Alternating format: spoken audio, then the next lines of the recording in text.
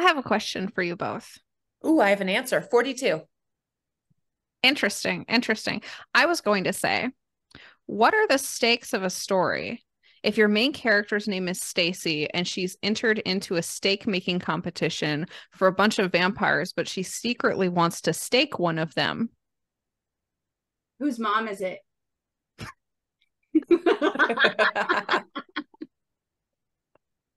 And that's what we're going to talk about today is stakes and how our characters interlace with them. So, Morgan, did you want to kind of give us a general, like, what do we mean when we talk about stakes in our stories? Well, this may or may not be about Stacy's mom and what she's got going on, depending on how you're trying to link and get your reader's attention. So when we're throwing stakes on the line, unfortunately, it's not juicy and it's not making me hungry. It's the thing that gets your reader involved. And that's because it's ultimately about your main character. What does your character have to lose? What's after your character?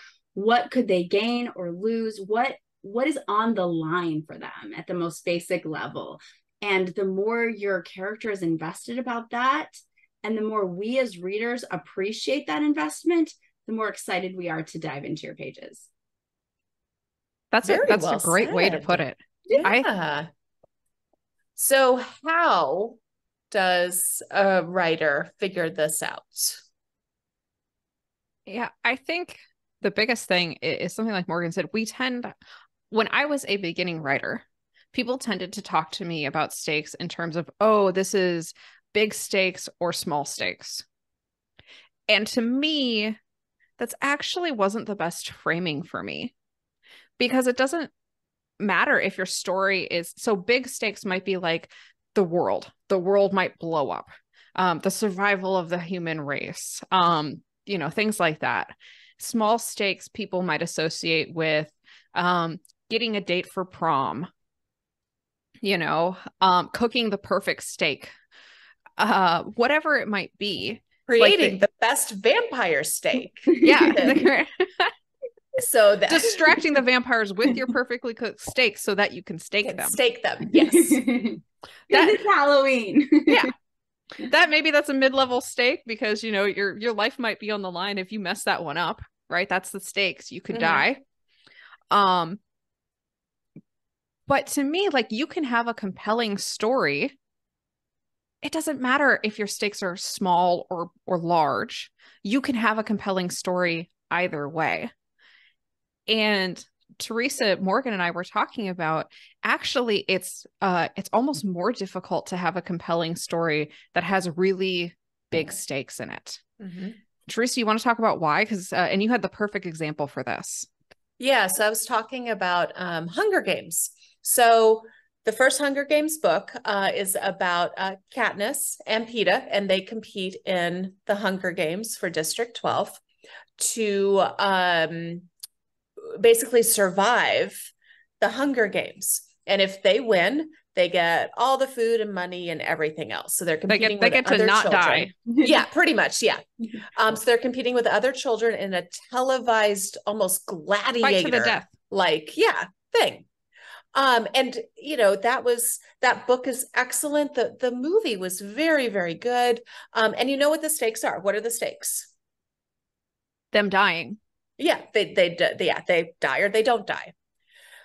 Fast forward to the third movie and the third book, where Katniss is now trying to solve the world problems. And I think most people agree that book and that movie really, it didn't work because we just didn't care as much about it. We just kind of were like, are you going to survive this or not? And how about you and Peeta? Are you guys going to hook up? Because, who knows? And part of it, the reason why us as consumers weren't invested is because the character wasn't invested. Mm-hmm. The character's primary motivations throughout the whole series were her survival and the survival of the people she loved, right? Her sister, her mom, even, the other people in her life. So, like, there were times where she didn't know what was happening with the rebellion. She didn't care. And that was fine. As a character perspective, that was fine. and it was a fine choice. But it just means that when it got to the stakes of toppling this world level problem or nation level problem, she didn't really care. So we didn't really care. Mm-hmm. And that's why you see when the stakes are so huge, you'll often see writers employ a trick. Well, there'll be a secondary stakes. So like the world is really huge, the world is on fire. Your hero has to go save the world, which is huge and nebulous and hard. So you also then kidnap the hero's parents, or the hero's love interest has to fight for the other side. You know, they're the dark prince. Their best friend is sick and they have to like find a cure for them, you know, in this battle or something like that, so that the stakes are immediately tied to the character in a way that the character feels them in a very visceral way and not a nebulous way. And I would also argue it's very difficult to hone in on your reader's emotions when you're talking on such a grand scale. So let's look at Return of the Jedi for Star Wars. So at the end of Return of the Jedi, spoiler alert, they defeat the, hopefully you know what I'm talking about. Yeah. They defeat the Empire. Well, that's huge. That's global scale. Planets are celebrating, woo, and everything. But how did they do it? You had Han and Leia just trying to get there so that the shield goes down. So then the force can, the Space Force basically can, not that force, but do you know this movie? The Rebel Alliance with Lando on the Millennium Falcon. They can go in and they can destroy the Death Star. And then you've got Luke one-on-one fighting Darth Vader, and you're hoping he's going to get off the Death Star. Well, I would even say that the stakes are more intimate to Luke because that is a family relationship. It is about like his father and, you know, is his father good or evil? Is he ever going to get that acceptance that he so desperately craves? Yeah. Or is his father ever going to find peace, essentially? Yep. I mean, that's the stakes for him. I mean, honestly, Luke probably doesn't quite care if he survives or not. At the very end of that, he cares that he was able to make peace with his father and turn his father back to the good side. I think that's the stakes. I think it's interesting that if you look at the series with the trilogy in that one, it starts out he loses his family. That's the inciting incident. And so the inciting incident is that he's thrown into this world without family. He has no family. And the closest thing he has is this, you know, strange Jedi man who he loses again, watches die, right? So it's losing family, lose family. And then the denouement or the resolution is found family. Because not only does he find his father and redeem him, but his sister. And so they go, you know, that's an interesting way of having resolution within the stakes to also pull us along, you know, and have the two work together. You said something brilliant here. Yeah. Especially because in losing his father, spoiler, his dad dies, but he still gains a father. Like there's still that moment when you know, his father still, you know, becomes one with the Force and is there to like support him later, guide him later. So I love this connection that you're bringing in, Morgan, having a moment, right? This is your moment, everybody. It's not only just about tying your characters with meaningful stakes that they care about. Think of how powerful it is where your inciting incident echoes what is important in your book. It echoes where your theme is, where your stakes are going to take you, right? Luke's inciting incident, his family dies. The stakes in the end, is he going to get a family? Is he going to be able to succeed with his father? You know, and that kind of resolution really, those are things that make a story go from good to powerful and transcendent. And just to to hang a hat on what you said, Molly, and then Teresa, when Molly talked about theme, she's talking about particularly there the theme of fighting for his family, because constantly it's the fight for family, and that theme is consistent, and it's turning and changing as he turns and changes, but the theme is consistent. Okay, so now we're going to twist this, because what did the sequels do? Luke gets isolated, so Kylo turns on him, kills all the Padawans, and Luke goes, I'm out, leaves his family. And his family, Kylo, his nephew, was the one who did that because Luke made a mistake. So he's like, I'm out, and he goes and he isolates himself. He loses his family. So the theme, this theme continues throughout. And you can, I mean, whatever you think about the sequels, some people love them, some people hate them. We're not in our thing. Yeah. We're just talking about themes, you guys. Until Rey comes along and is like, come on, back. Come on. We're going to go back to the family. We're going to go back to your found family. You're going to find forgiveness again. So it's fascinating. And that runs all the way through. And I want to mention with stakes, sorry, Molly. No, go. The thing that makes that so powerful, and the reason we have such a hard time with macro, is because it relates to our human experience. And one way or another, every person who's watching us right now is fighting for their family.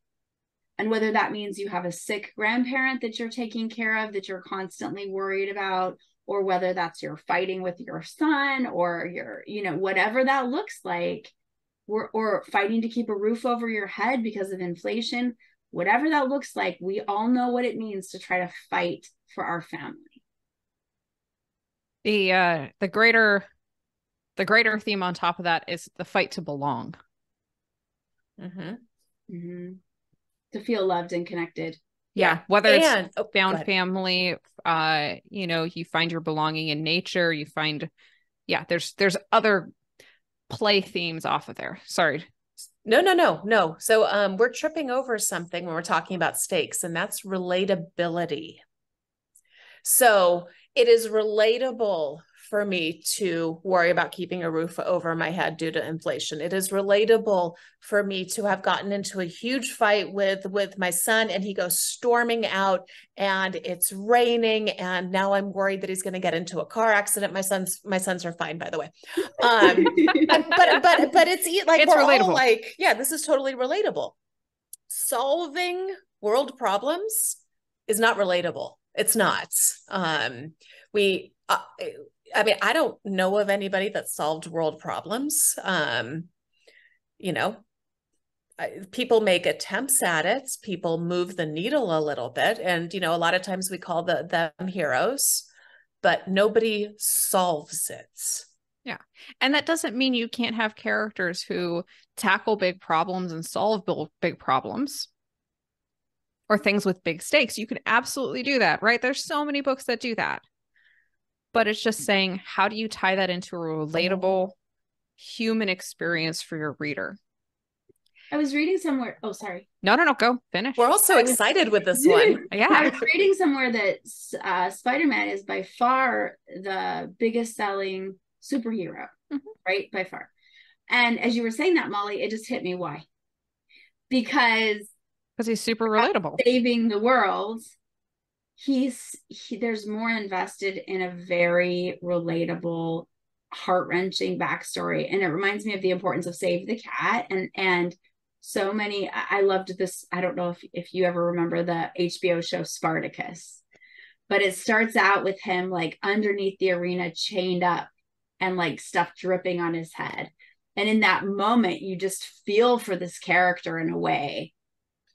It like pulls it out of you, like this compassion. And so then your story is tied to theirs. And I think it's important when we get our stakes that we pull the compassion out of people so that they care about the stakes that we build. Not just that we build stakes that he's going to go be a gladiator and fight, but why do I care about this gladiator? Why do I care about him in this moment? Because we could all turn on the news and there's plenty of horrible stories out there. that are vying for our attention and our compassion. So what about our story? Why do we care about this character in this moment in this story? And whether they will succeed or not. Mm-hmm. Right. And there's an old thing about, you know, you care more about a character for trying than you care about if they succeed or not. But like sports movies are really good at this. Yeah. In that, you know, what is on the line is not life or death stakes mostly, right? It's winning the championship game. It's, you know, things like that. But they are super compelling for many of us. Like, if you're wondering, like, okay, a study in stakes, how do they get us, whether it's whatever sports movie you want, there's so many, right? How do they get us sitting there at the end being like, I hope they win. I hope they win. What is he going to do? What is he going to, 10 seconds left on the clock? You know, try to, you know, find something where it really gets your blood pumping and dissect why. Because it's not those high, you know, saving the world kind of things, unless it's, you know, what Mighty Ducks world competition or whatever. It's still not saving the world. But, right, we care about our characters. And so I'm going to leave us with an exercise here, right? We joked about Stacy in her steak making competition for vampires so that she could stake one. Let us know in the comments below, comment on our Discord. How would you take that kind of goofy premise and elevate the stakes there?